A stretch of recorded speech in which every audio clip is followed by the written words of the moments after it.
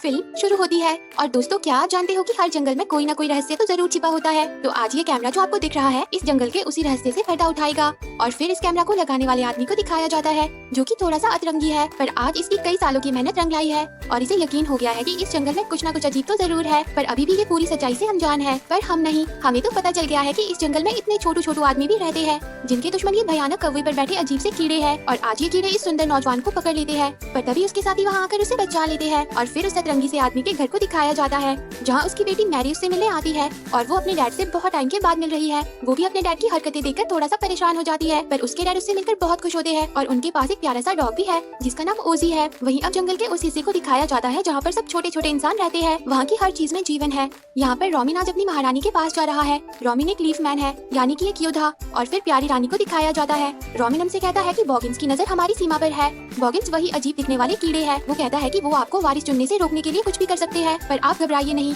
मेरे पास एक प्लान है। मैं एक छोटी टुकड़ी लेकर जाऊंगा और कली को आपके पास ले आऊंगा और फिर वो कली खिलेगी। पर रानी कहती है कि ये काम ऐसे नहीं हो सकता, बिना चाहे मैं सही कली को नहीं चुन सकती और मैं इतनी भी कमजोर नहीं हूँ जितनी कि आप सोचते हो। तब रोमिन कहता है कि आप जंगल की जान हो और आपकी हिफाजत करना मेरा फर्ज है। और यहाँ हमें ये भी पता चलता है कि रानी और रोमिन एक दूसरे से प्यार करते हैं। वहीं अब बॉगिन्स के सरदार को दिखाया जाता है जो कि अपने बेटे से पूछता है कि जश्न कहाँ होने वाला है, क्या तुमने पता लगाया? तो उसका बेटा कहता है कि उनकी सरहद में। तब सरदार कहता है कि अच्छा, तो उन्हें लगता है कि वो हमें रोक लेंगे। मुझे नफरत है खूबसूरती से, हम जंगल को जितना भी तबाह कर दे, पर वो रानी उसे अपने एक इशारे से हरा भरा बना देती है। हम उन्हें दिखा देंगे कि सड़न गलन रोकना उनके बस की बात नहीं। अगर रानी बिना वारिस के चल बसी तो लीफ मैन जंगल को दोबारा हरा भरा नहीं कर पाएंगे। फिर तुम और मैं राजा होंगे इस सड़े गले जंगल के। और अब उस सुंदर नौजवान को दिखाया जाता है जिसके पीछे शुरू में भयानक कौवे पड़ गए थे।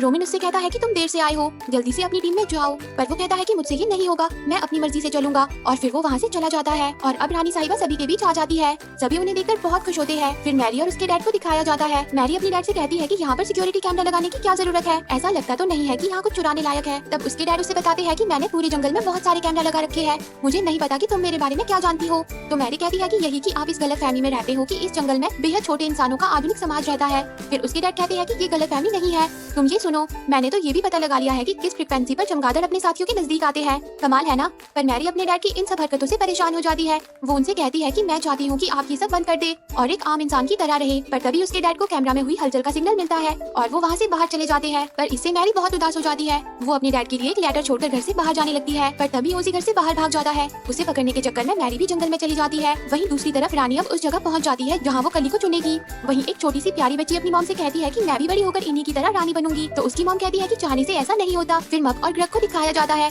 जो कली को नमी देने का काम करते हैं। रानी हमसे कहती है कि यहाँ पर तो बहुत सारी कली है, तुम्हें कौन सी पसंद है? तो वो एक बड़ी सी कली रानी को दिखाते हैं, पर रानी एक छोटी सी नन्ही कली को चुनती है। पर तभी बॉगिन्स उन पर हमला कर देते हैं। रोमिन रानी को नाव पर जाने को कहता है, पर बॉगिन्स उनकी नाव पर भी हमला कर देते हैं। तब रानी उनसे बचकर जंगल की तरफ भागती है, पर बॉगिन्स उनके पीछे पड़ जाते हैं। और तभी रोमिन भी वहाँ आ जाता है। पर बॉगिन्स का सरदार और उसका बेटा उन पर तीर चलाने लगते हैं, जिसमें रोमिन सरदार के बेटे को मार गिराता है। पर रानी को भी तीर लग जाता है और वो नीचे गिर जाती है और उन्हें गिरते हुए मैरी देख लेती है। मैरी उन्हें देखकर हैरान हो जाती है। रानी कली को चुनकर मैरी को दे देती है और उसे पकड़ते ही मैरी भी एक छोटे इंसान में बदल जाती है। वो भागकर रानी के पास जाती है। रानी उससे कहती है कि इस कली को नीम ग्लू तक पहुंचा दो, ये कली जंगल की जान है। तभी वहाँ पर सारे लीफमैन और रोमिन आ जाते हैं। रोमिन रानी को इस हालत में देखकर बहुत उदास हो जाता है और फिर रानी रोशनी बनकर उड़ जाती है। उनके जाने से रोमिन टूट जाता है। वो मैरी से पूछता है कि क्या उन्होंने तुमसे कुछ कहा? तो मैरी कहती है कि हाँ, कुछ नीम ग्लू कहा था। रोमिन अपने साथियों से कहता है कि तुम वापस जाओ और सबकी हिफाजत करो, मैं कली को लेकर नीम ग्लू जाता हूँ। पर तभी मैरी कहती है कि मुझे बड़ा कर दो, मुझे मेरे घर जाना है। तो रोमिन कहता है कि मैं तुम्हें बड़ा नहीं कर सकता, शायद नीम ग्लू इसमें तुम्हारी कुछ मदद कर दे। तभी मग और ग्रग भी वहाँ आ जाते हैं। वो कहते हैं कि हम कली को नमी देते हैं, हमारे बिना वो मुरझा जाएगी।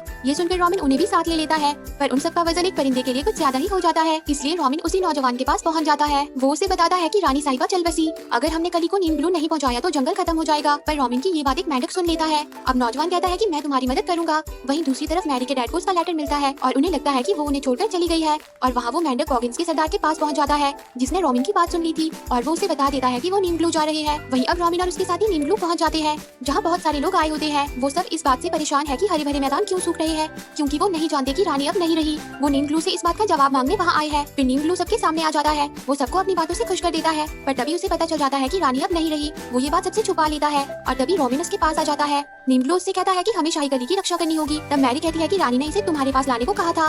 फिर नीमब्लू उन्हें लेकर अपने ज्ञान के भंडार में पहुंच जाता है, जहाँ पर हर एक बात का रिकॉर्ड रखा जाता है। नीमब्लू उनसे कहता है कि कली की नमी बनाए रखना जरूरी है। रानी ने जब इसे एक बार चूम लिया तो इसका मतलब वो जरूर खिलेगी, पर इसे आज रात ही खिलना होगा, जब पूरे चांद की चांदनी पूरे जवाब पर होगी। तभी ग्रग पूछता है कि अगर ये अंधेरे में खिल जाए तो क्या होगा। तो नीमब्लू कहता है कि ये तो मुझे भी पता नहीं, क्योंकि ये वाला हिस्सा गायब है। फिर मैरी उससे पूछती है कि क्या आप मुझे घर जाने का रास्ता बता सकते हो। तब नीमब्लू उसे एक पन्ना देता है, जिसे खोलते ही मैरी को रानी दिखती है। वो उससे कहती है कि तुम्हारे यहाँ होने की एक वजह है, तुम बस कली के साथ रहो, खासकर तब जब वो खिलेगी, और जो कुर्बानी तुमने दी है उसका सिला तुम्हें जरूर मिलेगा। मैरी कहती है कि इसका मतलब मैं घर जा सकती हूँ। वहीं अब रॉबिन उस नौजवान से कहता है कि तुम कली का ख्याल रखना, मैं सभी लीफमैन को बताकर आता हूँ कि हम आ रहे हैं। और नीमब्लू भी सबको बता देता है कि रानी साहिबा नहीं रही, पर आज रात ये शाही कली खिलेगी और एक नई रानी सामने आएगी। ये बात सुनकर सब खुश हो जाते हैं। तभी मैरी उस नौजवान के पास आती है। वो उससे कहती है कि तुम यहाँ की नहीं लगती, क्या तुम किसी शांत जगह चलना चाहोगी। और वो उसे लेकर एक बड़े से बारहसिंगे के पास आ जाता है।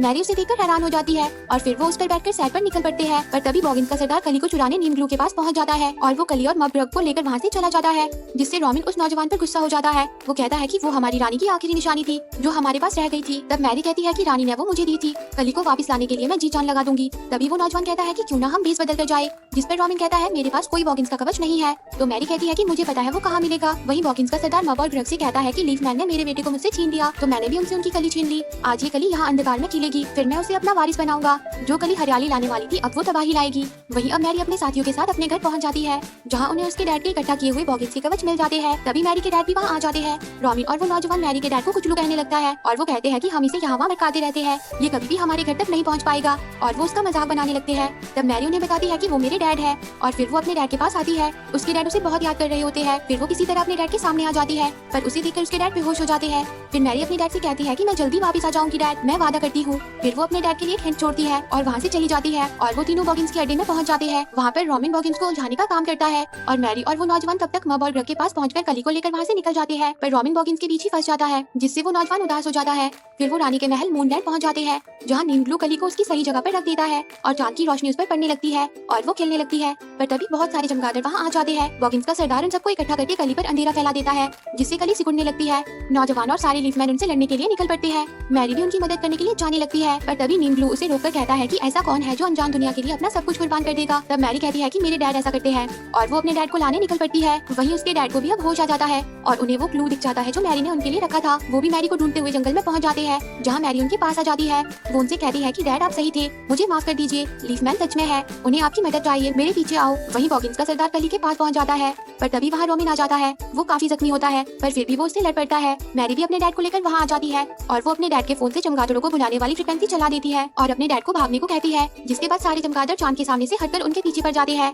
पर इस बीच मैरी पक्षी से नीचे गिर जाती है। वहीं अब कली खिलने लगती है, और बॉगिन्स के सरदार को रॉबिन और वो नौजवान उसकी ही गलन में फंसा देते हैं। कली के खिलने से सब खुश हो जाते हैं, और वो कली रानी में बदलकर उस प्यारी बच्ची में समा जाती है, जो बड़ी होकर रानी बनना चाहती थी, और आज वो सच में रानी बन जाती है। सब उसके सामने झुककर उसे सम्मान देते हैं। तभी वहाँ मैरी भी आ जाती है। वो कहती है कि शायद घर लौटने का मौका हाथ से निकल गया, जिस पर नौजवान कहता है कि मुझे इस बात का अफसोस नहीं है। पर तभी नन्ही रानी उसे उसकी दुनिया में वापस भेजने लगती है। पर मैरी को उस नौजवान को छोड़कर जाने का दुख होता है, पर आखिरकार वो बड़ी होकर अपने डैड के पास पहुंच जाती है, और अब वो और उसके डैड मिलकर लीफमैन की चीजों पर काम करते हैं। और वो सुंदर नौजवान अभी मैरी से मिलने आता है, वो भी कैमरा पर, क्योंकि वो दोनों एक दूसरे से प्यार करते हैं। और आज मैरी उससे मिलने के लिए अपने डैड को भी ले जाती है, और इसी के साथ ये मूवी एंड हो जाती है। तो दोस्तों, आपको ये मूवी कैसी लगी कमेंट करके जरूर बताना, और रोज ऐसी ही प्यारी प्यारी मूवी देखने के लिए मेरे चैनल को जरूर सब्सक्राइब करना। जी हाँ, सही सुना, मैं आपके लिए रोज एक प्यारी सी मूवी लेकर आऊंगी, ताकि मेरा मेरे दोस्तों के साथ प्यार बना रहे। Thanks for watching.